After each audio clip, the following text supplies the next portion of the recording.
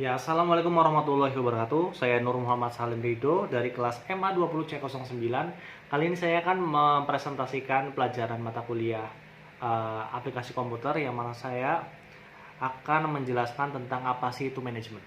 Ya, langsung saja kita ke materi. Untuk PowerPoint kalian bisa lihat di samping saya akan tertarakan PowerPoint saya di samping ini. Jadi kalian bisa melihat uh, materinya.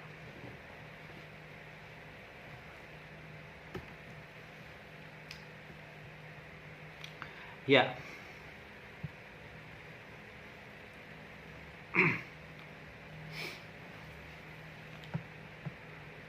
kita bisa buka dulu guys, sabar.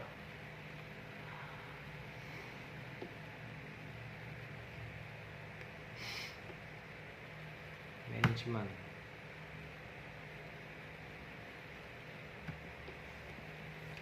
Pengertian manajemen. Menurut G.R. Terry dalam bukunya The Principle of Scientific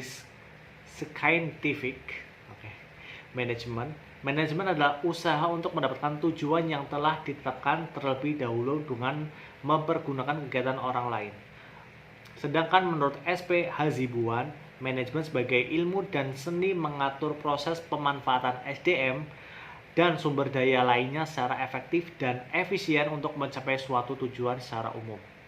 Manajemen adalah kegiatan-kegiatan perencanaan, perorganisasian, pengarahan, dan pengendalian sebuah perusahaan atau PU untuk mencapai tujuan-tujuan yang telah ditetapkan sebelumnya.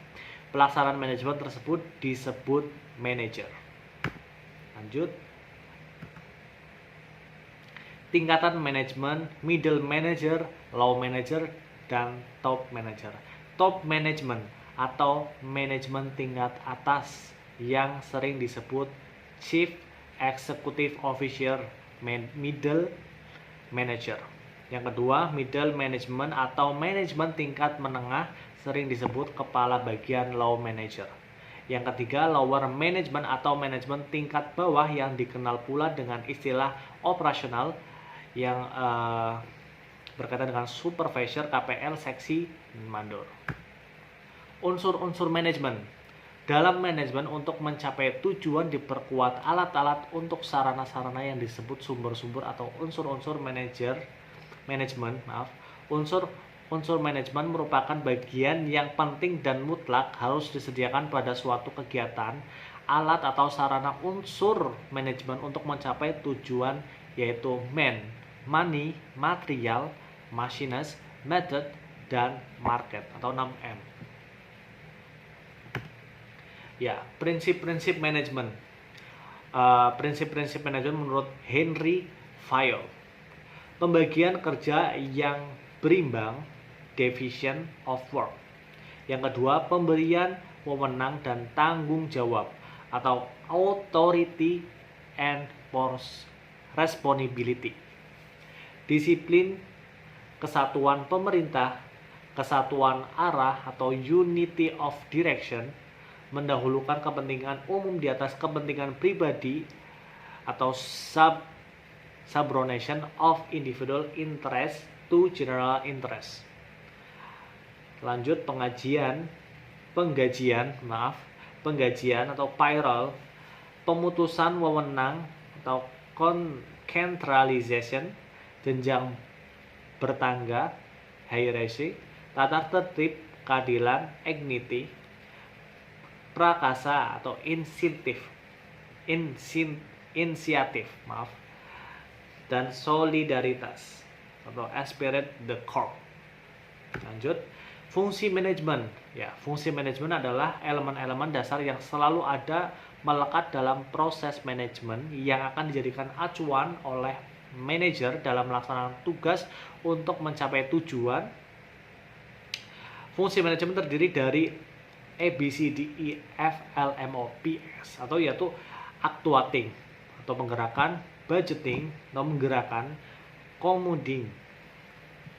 communication, coordinating, controlling, direction atau pemberian petunjuk, evaluating, forecasting atau peramalan, forecasting, peramalan, leading, motivating, organizing, planning, dan staffing, susunan kepegawaian. Ya, lanjut. Ini adalah planning, perencanaan. Ya. Kegiatan pertama seorang manajer adalah menyusun rencana. Menyusun rencana berarti ini memikirkan apa yang dikerjakan dengan sumber daya yang dimilikinya ya. Planning atau perencanaan efektif yang harus didapat memenuhi formula 5W plus 1H, yaitu what yang pertama, apa yang hendak dicapai, yang kedua why, mengapa hal tersebut perlu dilakukan, where, di mana hal tersebut dilakukan, when, kapan hal tersebut akan dilakukan, who, siapakah yang akan melakukan, how, bagaimana cara melakukannya. Lanjut, perorganisasian organizing. Seorang manajer harus mampu melaksanakan proses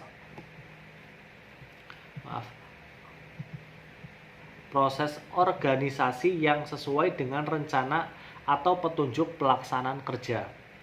Proses organizing yang lazim digunakan sebagai berikut: memberi pekerjaan yang akan dilakukan, menetapkan tugas-tugas dan tanggung jawab, membentuk susunan jabatan dan peranan dengan pemberian nama, membentuk sistem-sistem kekuasaan dan status formal, membentuk struktur organisasi untuk melakukan komunikasi internal.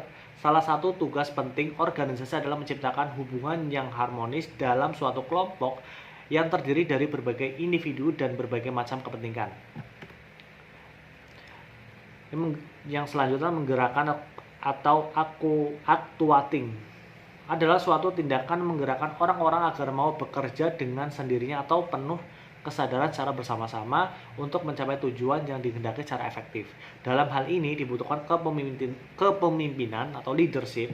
Leadership adalah kemampuan untuk mempengaruhi orang lain agar mampu bekerja dengan tulus sehingga pekerjaan berjalan lancar dan tujuan dapat tercapai. Dalam menggerakkan karyawan, seorang pemimpin harus memiliki pendekatan yang khas. Oleh karena itu, seorang pemimpin diharapkan dapat berkomunikasi, memberikan petunjuk atau nasihat, berpikir kreatif, berinisiatif, serta memberikan stimulus kepada karyawan.